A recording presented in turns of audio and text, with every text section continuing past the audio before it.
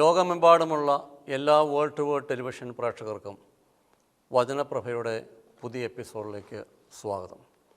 പ്രാർത്ഥനയോടുകൂടി ഇന്നത്തെ വചന ശുശ്രൂഷ ആരംഭിക്കാം. സ്നേഹനിധിയായ ഞങ്ങളുടെ വാഴ്ത്തപ്പെട്ട സ്വർഗീയ പിതാവാം ദൈവമേ, അവിടുത്തെ തിരുസന്നിധിയിലേക്ക് അടിയങ്ങളുടെ അടുത്ത് വരുന്നു. അവിടുന്ന് ഞങ്ങളോട് അവിടുത്തെ തിരുവചനത്തിലൂടെ ഹൃദ്യമായി സംസാരിക്കണമേ എന്ന് പ്രാർത്ഥിക്കുന്നു. അവിടുത്തെ ജീവൻ്റെ വചനങ്ങൾ ഗ്രഹിപ്പാൻ തക്കവണ്ണം അങ്ങയുടെ ജനത്തെ ഈ രാത്രി സഹായിക്കണമേ എന്ന് പ്രാർത്ഥിക്കുന്നു. ബലഹീനമുള്ളവനായ അടിയനെ അവിടുത്തെ തിരുസന്നിധിയിൽ താഴ്ത്തി സമർപ്പിക്കുന്നു. പരിശുദ്ധാത്മാവെ അവിടുന്ന് അടിയനോട് കൂടെ ഇരിക്കണമേ എന്ന് പ്രാർത്ഥിക്കുന്നു. അങ്ങ് തന്നെ കർത്താവെ അവിടുത്തെ തിരുവചനത്തിലൂടെ സംസാരിപ്പാൻ തക്കവണ്ണം അങ്ങ് അടിയനെ ബലപ്പെടുത്തുകയും ശക്തീകരിക്കുകയും ചെയ്യണമെന്ന് യേശുവിൻ്റെ നാമത്തിൽ അപേക്ഷിക്കുന്നു. കൃപയോടെ കേൾക്കണമേ. ആമേൻ.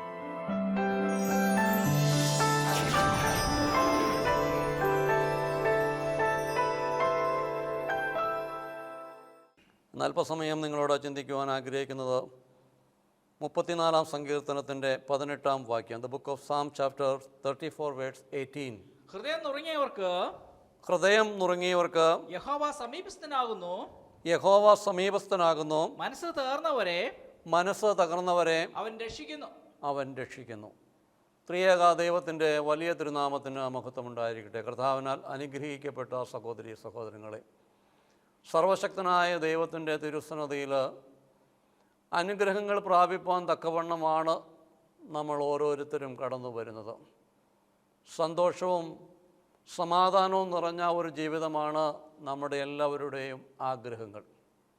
എന്നാൽ ആത്മീയ ജീവിതം പ്രതിസന്ധികളും പ്രതികൂലങ്ങളും നിറഞ്ഞിരിക്കുന്ന ഒരു ജീവിതമാണ് ആത്മീയ ജീവിതം. പ്രതിസന്ധികളും പ്രതികൂലങ്ങളും ഇല്ല എങ്കിൽ ഫലപുഷ്ടമായ ഒരു ജീവിതം നയിപ്പാൻ തക്കവണ്ണം നമുക്കാർക്കും കഴിയുകയില്ല.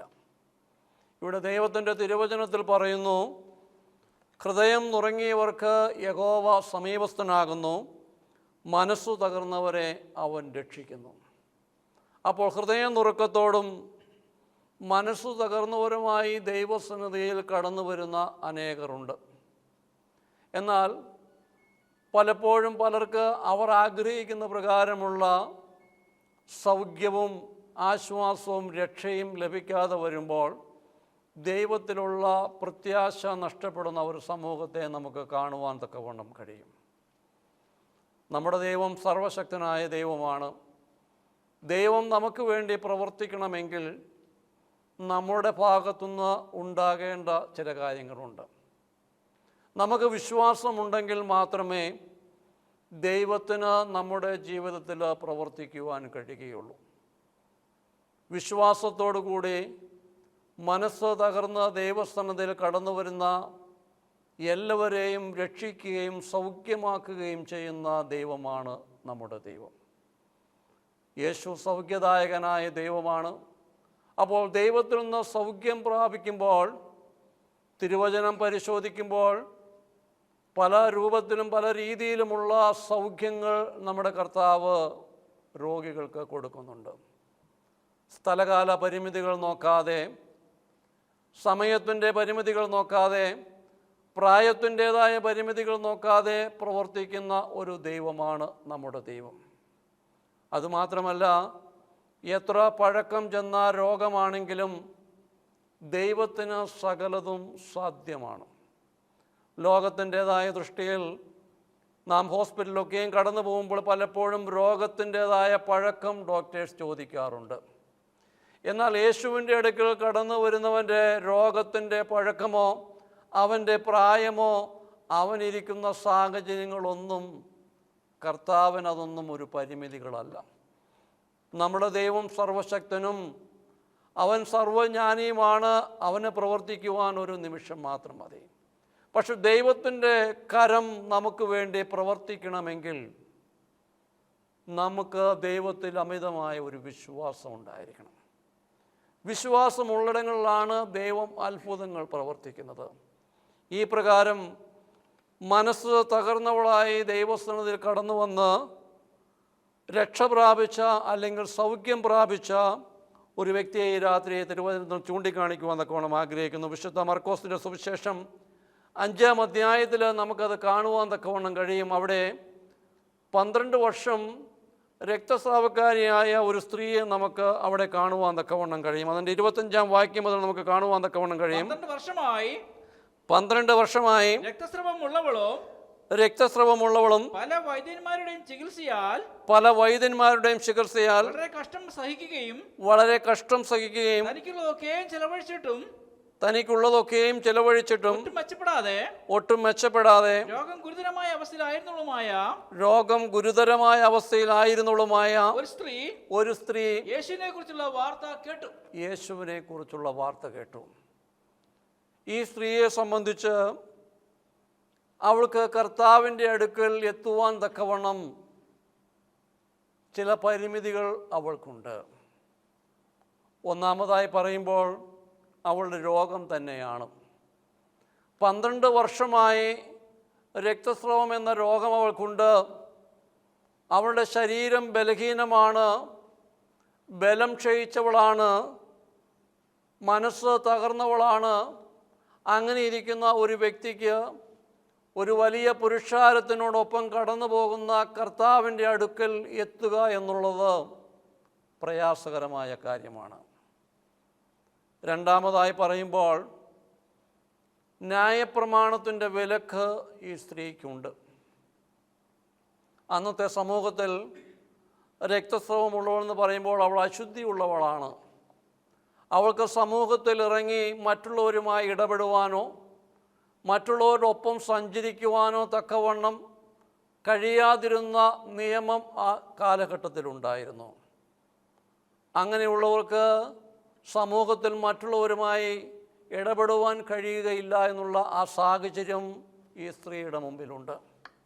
അപ്പോൾ വലിയ പുരുഷാരത്തിനോടൊപ്പം കടന്നു പോകുന്ന കർത്താവിൻ്റെ അടുക്കലേക്ക് എത്തുവാൻ നിയമത്തിൻ്റേതായ വിലക്ക് ഈ സ്ത്രീക്കുണ്ട്. മൂന്നാമതായി രോഗമുള്ള അവളുടെ സാന്നിധ്യം ആരും ആഗ്രഹിക്കുന്നില്ല. കാരണം ന്യായപ്രമാണത്തിൻ്റെ വിലക്കുള്ളത് കൊണ്ട് ഇങ്ങനെ രോഗമുള്ള ഒരു വ്യക്തിയുമായി ബന്ധപ്പെടുകയും അവരുമായി ഇടപെടുകയും ചെയ്യുന്നത് അശുദ്ധി ഉളവാക്കുന്നു എന്നുള്ള നിയമത്തിൻ്റേതായ വിലക്കുള്ളത് കൊണ്ട് അവളുടെ സാന്നിധ്യം ആരും ആഗ്രഹിച്ചിരുന്നില്ല. മറ്റൊരു തടസ്സമെന്ന് പറയുമ്പോൾ അവളെക്കുറിച്ച് പറയുന്നത് അവൾ 12 വർഷമായി രക്തസ്രവമുള്ള ഒരു സ്ത്രീ എന്ന പേരിലാണ് അവൾ അറിയപ്പെടുന്നത്. അവളുടേതായ പേര് എന്ന് പറയുന്നത് ഈ രോഗം ആണ് അവളെ തിരിച്ചറിയുന്നത്. തിരുവചനത്തിൽ പറയുന്നവളുടെ പേര് പറയുന്നില്ല. പിന്നെയോ അവളെക്കുറിച്ച് പറയുന്നത് 12 വർഷമായി രക്തസ്രവം ഉള്ളവളെന്നാണ്. അപ്പോൾ ആ ദേശത്ത് അവൾ അറിയപ്പെട്ടിരുന്നത് ഈ രോഗം നിമിത്തമായിരുന്നു. അപ്പോൾ കർത്താവിൻ്റെ അടുക്കിലേക്ക് എത്തുവാൻ തക്കവണ്ണം വലിയ പ്രതിസന്ധിയും പ്രതികൂലങ്ങളും ഈ രക്തസ്രാവക്കാരി സ്ത്രീയുടെ മുമ്പിലുണ്ടായിരുന്നു. ഒരിക്കലും കർത്താവിൻ്റെ അടുക്കൽ എത്തുവാൻ തക്കവണ്ണം അവൾക്ക് കഴിഞ്ഞിരുന്നില്ല. ഇവിടെ പറയുന്നുണ്ട്, അവളുടെ സമ്പത്ത് മുഴുവൻ അവൾ ചിലവഴിച്ചിട്ടും അവൾക്ക് രോഗത്തിന് സൗഖ്യം ലഭിച്ചില്ല എന്ന് പറയുമ്പോൾ അവളുടെ ശരീരവും അവളുടെ മനസ്സും അവൾ തകർന്ന അവസ്ഥയിലാണ് ഇരിക്കുന്നത്. സാമ്പത്തികമായി മാത്രമല്ല, ശാരീരികമായും അവൾ ബലം ക്ഷയിച്ചവളായിരുന്നു. പക്ഷേ അവളെ സംബന്ധിച്ചൊരു കാര്യമുള്ളത്, അവൾ സമ്പത്ത് കൊണ്ട് സമ്പത്ത് അവൾക്ക് നഷ്ടപ്പെട്ടുവെങ്കിലും ശരീരത്തിൻ്റെ ബലം അവൾക്ക് നഷ്ടപ്പെട്ടുവെങ്കിലും വിശ്വാസത്തിൽ അവൾ ശക്തി പ്രാപിച്ചവളായിരുന്നു. അവളുടെ വിശ്വാസത്തിന് ഒരു കോട്ടവും സംഭവിച്ചില്ല. അവൾ യേശുവിനെ അടിയുറച്ച് വിശ്വസിച്ചു. അവളുടെ തളർന്നു കിടന്ന ശരീരത്തിന് ബലവും നിയമത്തിൻ്റേതായ കുരുക്കുകളും ഉപേക്ഷിച്ചുകൊണ്ട് കർത്താവിൻ്റെ അടുക്കിലേക്ക് എത്തുവാൻ തക്കവണ്ണം അവളുടെ എല്ലാ പരിമിതികളെയും അതിജീവിക്കുവാൻ തക്കവണ്ണം അവൾക്ക് ശക്തിയും ബലവും പകർന്നത് അവളുടെ വിശ്വാസമായിരുന്നു. അപ്പോൾ വിശ്വാസത്തിന് ഒരു മനുഷ്യനെ ചലിപ്പിക്കുവാൻ തക്കവണ്ണം കഴിയും. വിശ്വാസം കൊണ്ട് കർത്താവിൻ്റെ അടുക്കൽ ഒരു വ്യക്തിക്ക് കടന്നു വരുവാൻ തക്കവണ്ണം കഴിയും. നിയമത്തിൻ്റെ കുരുക്കുകളുണ്ടെങ്കിലും പല പരിമിതികളുണ്ട് എങ്കിലും കർത്താവിൻ്റെ അടുക്കിലേക്ക് എത്തണമെങ്കിൽ നമുക്ക് വിശ്വാസത്തിൻ്റെ ശക്തി നമുക്ക് ആവശ്യമാണ്. ഇവൾ അവളുടെ ജീവിതത്തിലെ സംബന്ധിച്ച് അവൾക്കിനി ഏക ഒരു ആശ്രയം കർത്താവ് മാത്രമാണ്. ലോകത്തിൻ്റെ എല്ലാ രീതിയിലുമുള്ള ചികിത്സകൾ അവൾ ചെലവഴിച്ചു. സമൂഹത്തിൽ അവൾ ഒറ്റപ്പെട്ടിരിക്കുന്ന അവസ്ഥയാണ്. ഈ രോഗം നിമിത്തം എല്ലാവരാലും ഉപേക്ഷിക്കപ്പെട്ടവളും എല്ലാവരാലും മാറ്റപ്പെട്ടവളുമായിട്ട് അവൾ തീർന്നിരിക്കുകയാണ്.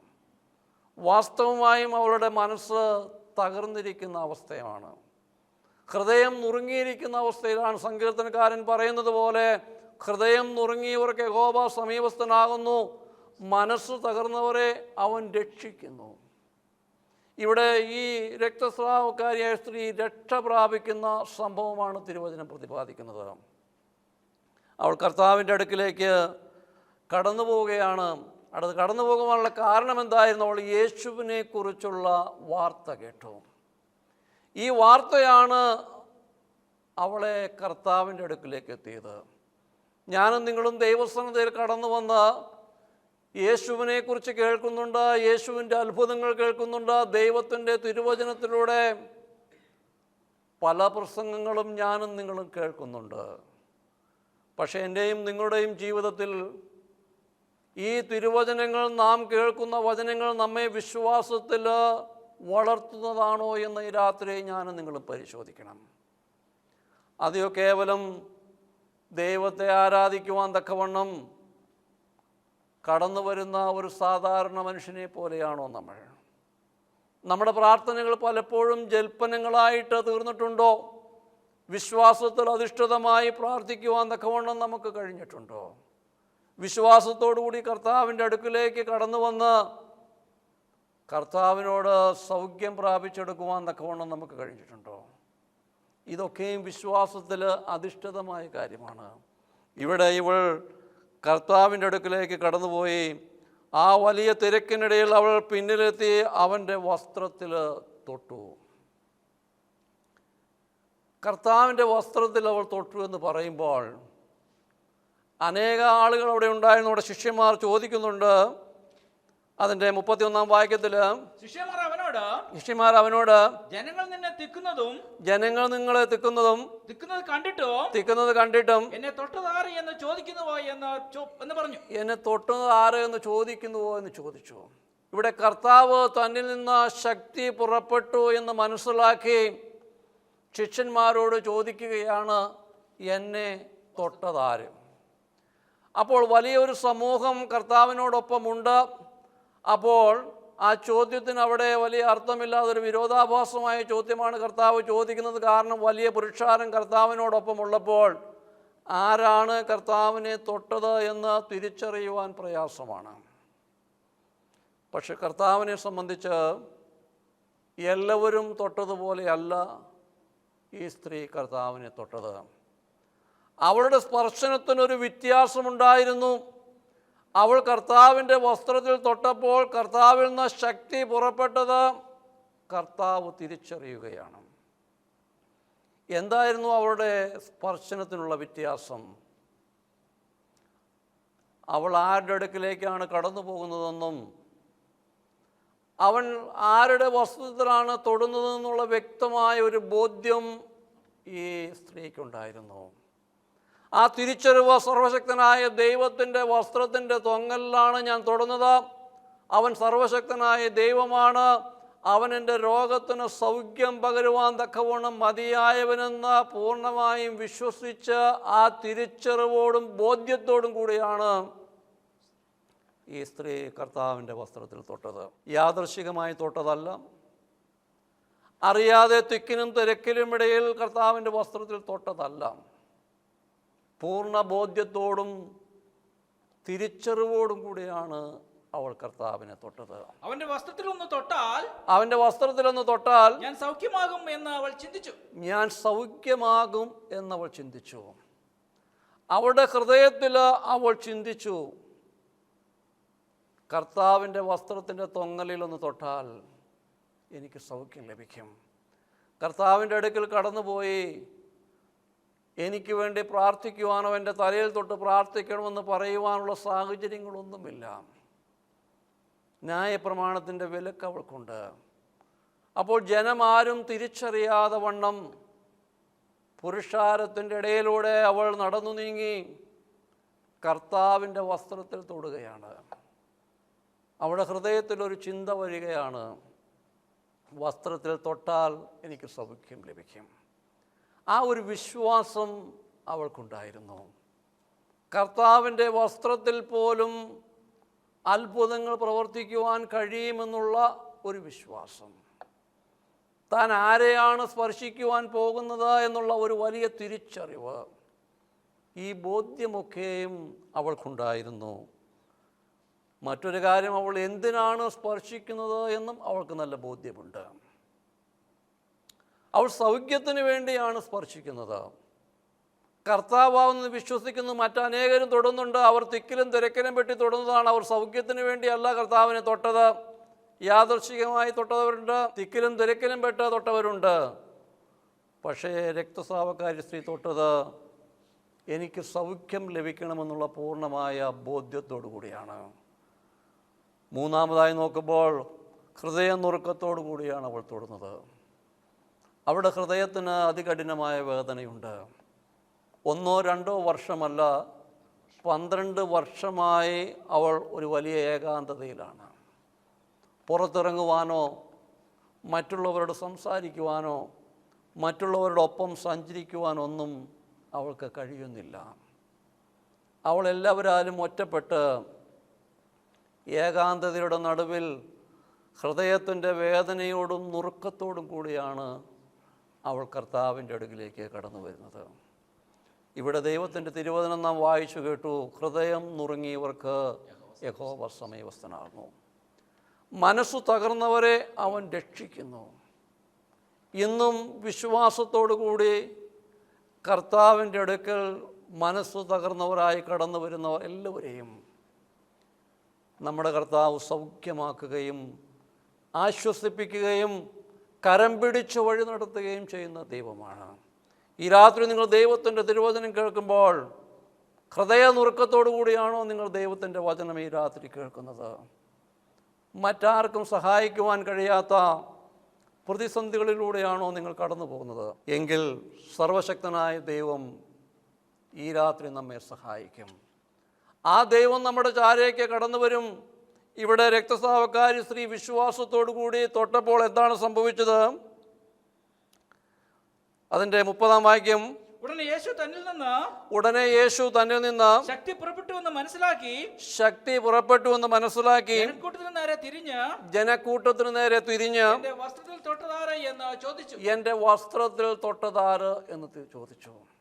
അപ്പോൾ തന്നിൽ നിന്ന് ശക്തി പുറപ്പെട്ടു എന്ന് കർത്താവ് തിരിച്ചറിയുകയാണ്. മറ്റാരും ചിന്തിക്കാത്ത രീതിയിൽ ഈ രക്തസ്രാവക്കാരി തൊട്ടത് കർത്താവ് തിരിച്ചറിഞ്ഞു. അവളുടെ സ്പർശനത്തിന് വ്യത്യാസമുണ്ടായിരുന്നു. വിശ്വാസത്താൽ കർത്താവ് എന്നെ സൗഖ്യമാക്കും, എൻ്റെ കർത്താവാകുന്നു നടന്നു പോകുന്നത്, അവൻ്റെ വസ്ത്രത്തിനും അത്ഭുതം പ്രവർത്തിക്കുവാൻ കഴിയുമെന്നുള്ള പൂർണ്ണ ബോധ്യവും തിരിച്ചറിവോടും കൂടി ഈ രക്തസ്രാവക്കാരി സ്ത്രീ തൊട്ടപ്പോൾ കർത്താവിൽ നിന്ന് ശക്തി പുറപ്പെട്ടു.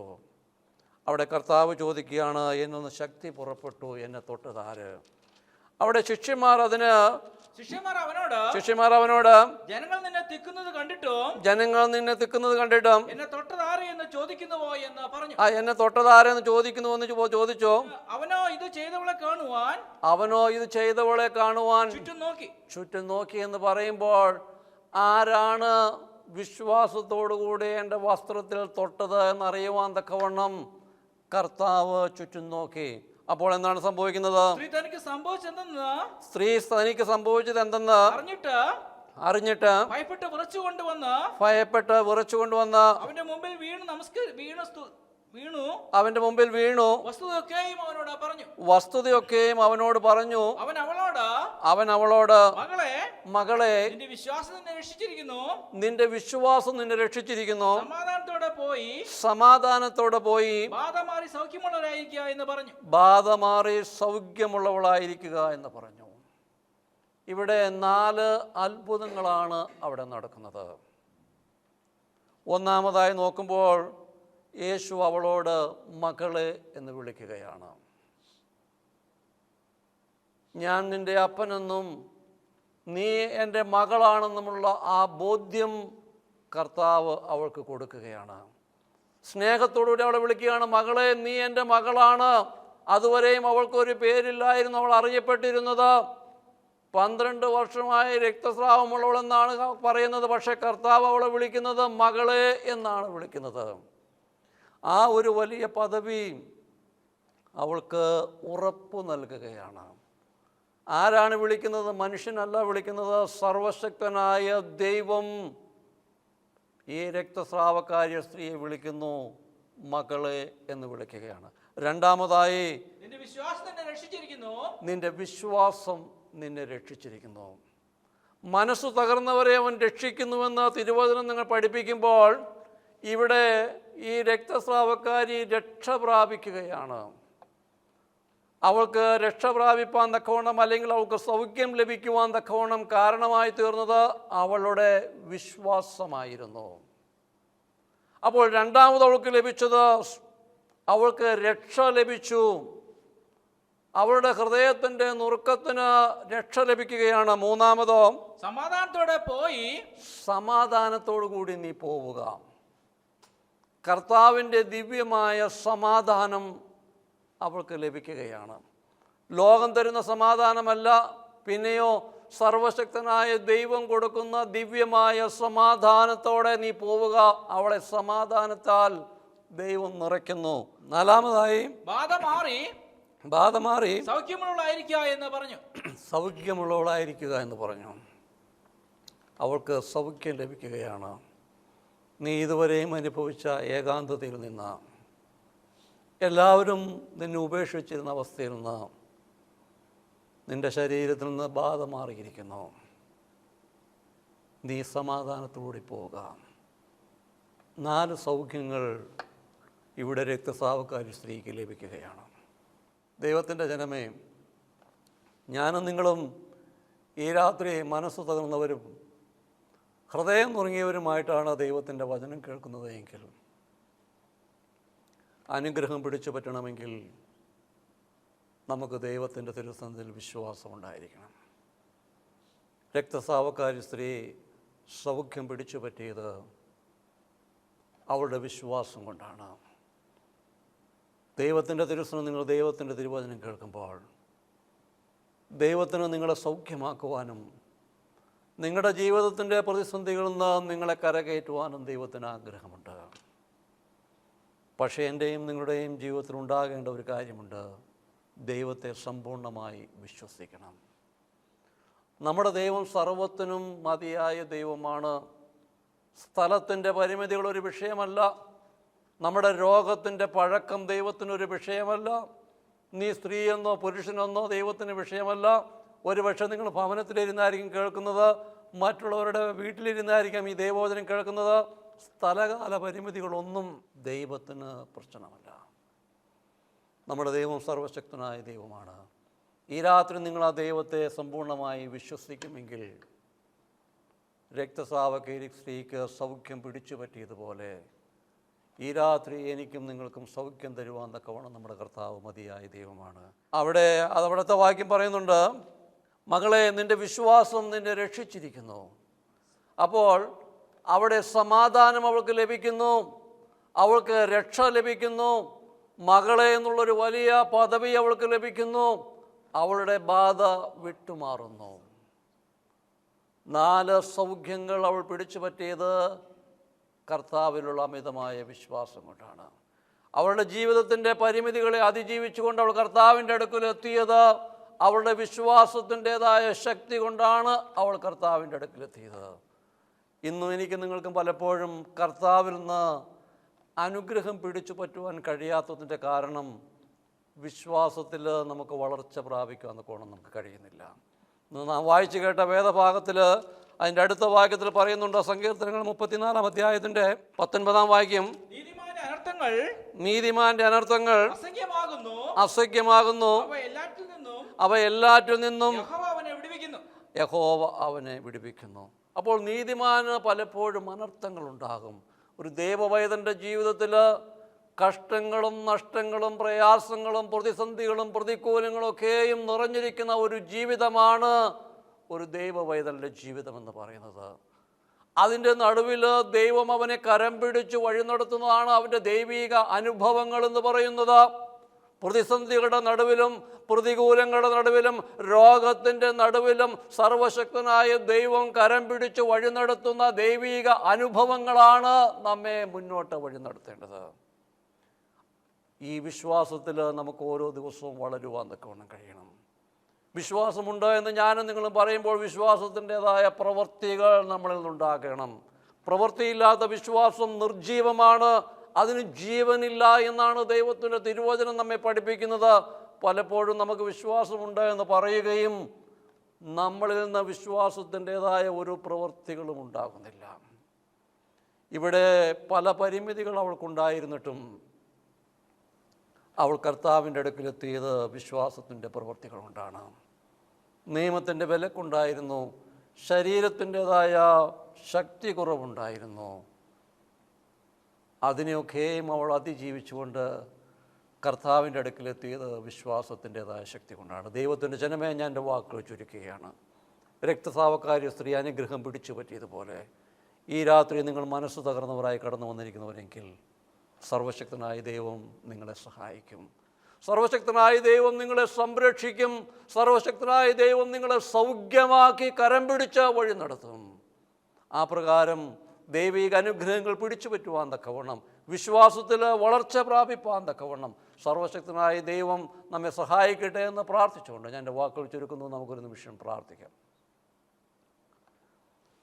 സ്നേഹതയായ ഞങ്ങളുടെ വാഴ്ത്തപ്പെട്ട സ്വർഗീയ പിതാവാം ദൈവമേ, അവിടെ നടിയങ്ങൾക്ക് തന്നിരിക്കുന്ന ഈ നല്ല സമയത്തിനായിട്ട് നന്ദിയോടെ സ്തുതിക്കുന്നു.